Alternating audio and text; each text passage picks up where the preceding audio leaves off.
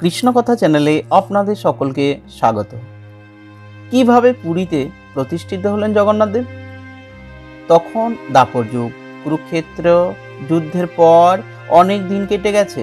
দ্বারকায় শ্রীকৃষ্ণ একদিন গাছের নিচে বসে থাকাকালীন তার রাঙা চরণকে পাখি ভেবে ভুল করে বান মারে জরা নামে এক শবর।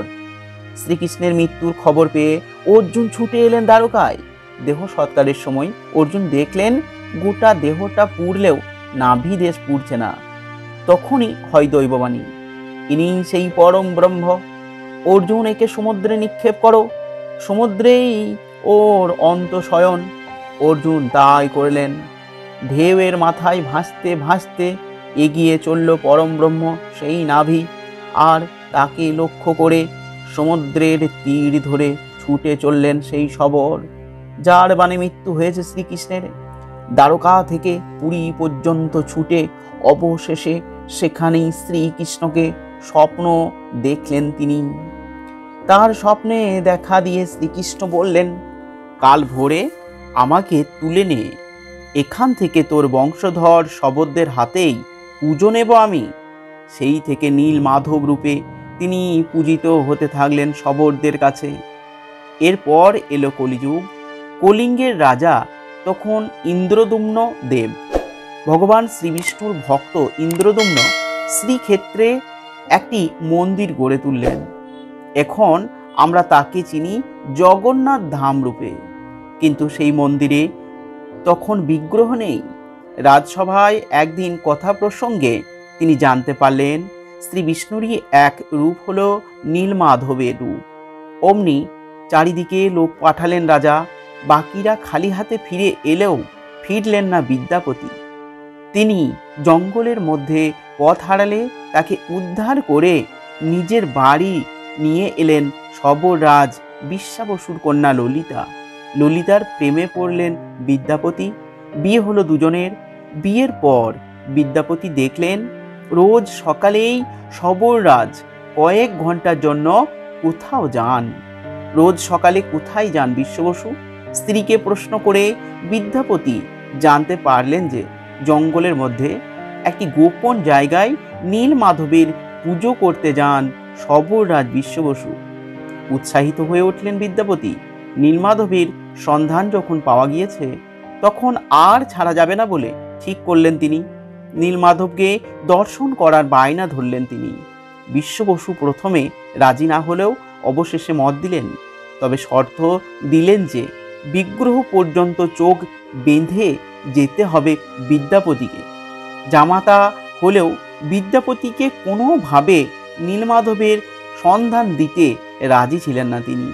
তাতেই রাজি বিদ্যাপতি। চোখ বাঁধা অবস্থায় যাওয়ার সময় তিনি গোটা পথে সর্ষে দানা ছড়াতে ছড়াতে গেলেন। যথাস্থানে পৌঁছে যখন তিনি দর্শন পেলেন নীলমাধবের, তখন তার প্রাণ আনন্দে ভরে উঠল। বনের মধ্যে পুজোর ফুল কুড়িয়ে এনে বিশ্ববসু তখন পুজোয় বসলেন। অমনি দৈববাণী হলো, এতদিন আমি দিন দুঃখীর পূজা নিয়েছি, এবার আমি মহা উপাচারে রাজা ইন্দ্রদুম্নের পূজা নিতে চাই। ভীষণ রেগে গেলেন শবররাজ। ইষ্ট দেবতাকে হারাবার দুঃখে বন্দি করলেন বিদ্যাপতিকে, কিন্তু কন্যা ললিতার বারবার কাকুতি মিনতিতে বাধ্য হলেন জামাতাকে মুক্ত করতে। বিদ্যাপতিও সঙ্গে সঙ্গে এই খবর পৌঁছে দিলেন রাজার কাছে। ইন্দ্রদুম্ন মহানন্দে জঙ্গলের মধ্যে সেই গুহায় পৌঁছে গেলেন নীলমাধবকে সাড়ম্বরে প্রাসাদে আনতে। কিন্তু একই নীলমাধব কোথায়? আটক হলেন শবররাজ। তখন দৈববাণী হলো যে সমুদ্রের জলে ভেসে আসবে কাঠ, সেই থেকেই বানাতে হবে বিগ্রহ। হাজার হাজার হাতি ঘোড়া সেপাই লোক লস্কর নিয়েও সমুদ্র থেকে তোলা গেল না সেই কাঠ। শেষে কাঠের একদিক ধরলেন শবররাজ, আর একদিক ব্রাহ্মণ পুত্র বিদ্যাপতি। জগন্নাথের কাছে ব্রাহ্মণ শবর কোনো ভেদাভেদ নেই যে। মহারাজ তার কারিগরদের লাগালেন মূর্তি গড়তে, কিন্তু সেই কাঠ এমনই পাথরের মতো শক্ত যে ছেনি হাতুড়ি সবই ভেঙে যায়। তাহলে উপায়? মূর্তি গড়বে কে? মহারাজের আকুলতা দেখে বৃদ্ধের বেশে হাজির হলেন স্বয়ং বিশ্বকর্মা। তিনিই গড়বেন মূর্তি। তবে শর্ত একটাই, 21 দিন আগে তিনি নিজে দরজা না খুললে কেউ যেন তার ঘরে না আসে। শুরু হলো কাজ। ইন্দ্রদম্নের রানী গুন্ডিচা রোজই রুদ্ধ দুয়ারে কান পেতে শুনেন কাঠ কাটার ঠক ঠক শব্দ।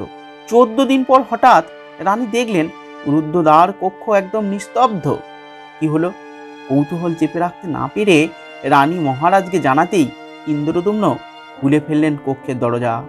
ভেতরে দেখেন বৃদ্ধ কারিগর উদাও, পড়ে আছে 3টি অসমাপ্ত মূর্তি। তাদের হাত পা কিছুই গড়া হয়নি। গর্হিত অপরাধ করে ফেলেছেন ভেবে দুঃখে ভেঙে পড়লেন রাজা। তখন তাকে স্বপ্নে দিয়ে জগন্নাথ দেব বললেন যে এরকম আগে থেকেই নির্ধারিত ছিল, তিনি এই রূপেই পূজিত হতে চান। সেই থেকেই শ্রী জগন্নাথ দেবের মূর্তি ওইভাবেই পূজিত হয়ে আসছে যুগ যুগ ধরে। জগন্নাথের প্রধান উৎসব হলো রথযাত্রা। আষাঢ় মাসের শুক্লা দ্বিতীয়া তিথিতে জগন্নাথ বোন সুভদ্রা ও দাদা বলরাম বা বলভদ্রকে নিয়ে রথে চড়ে রাজা ইন্দ্রদম্নের পত্নী গুন্ডিচার বাড়ি যান। সেখান থেকে 7 দিন পরে আবার নিজের মন্দিরে ফিরে আসেন। এই যাওয়াটাকেই জগন্নাথের মাসির বাড়ি যাওয়া বলে। রথের দিন 3টি রথ পর পর যাত্রা করে মাসির বাড়ি। প্রথমে যায় বলরামের রথ, তারপর সুভদ্রার এবং সবশেষে জগন্নাথের রথ যায়। রথে চড়ে এই গমন ও প্রত্যাগমনকে সোজা রথ এবং উল্টো রথ বলে। বাংলায় রথযাত্রা সংস্কৃতির সম্ভবত সূচনা হয়েছিল শ্রী চৈতন্যদেবের নীলাচল অর্থাৎ পুরী যাওয়ার পর। চৈতন্য ভক্ত বৈষ্ণবরা বাংলায় পুরীর অনুকরণে রথযাত্রার প্রচলন করেন। যাত্রা শব্দের অর্থ গমন, তাই জগন্নাথের রথযাত্রা এবং উল্টো রথ হিন্দু বাঙালিদের কোনো কাজ বা ধর্মীয় অনুষ্ঠানের সূচনার পবিত্র দিন হিসাবে গণ্য করা হয়।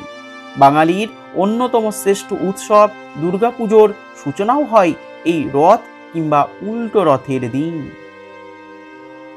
এইভাবেই পুরীতে জগন্নাথ দেবের রথযাত্রা এবং জগন্নাথ দেবের পুজো প্রচলিত হয়ে আসছে। নমস্কার সুধী ভক্তবৃন্দ, যদি একটু আপনাদের ভালো লাগে তবে অবশ্যই লিখবেন জয় জগন্নাথ। নমস্কার, ভালো থাকুন, সুস্থ থাকুন।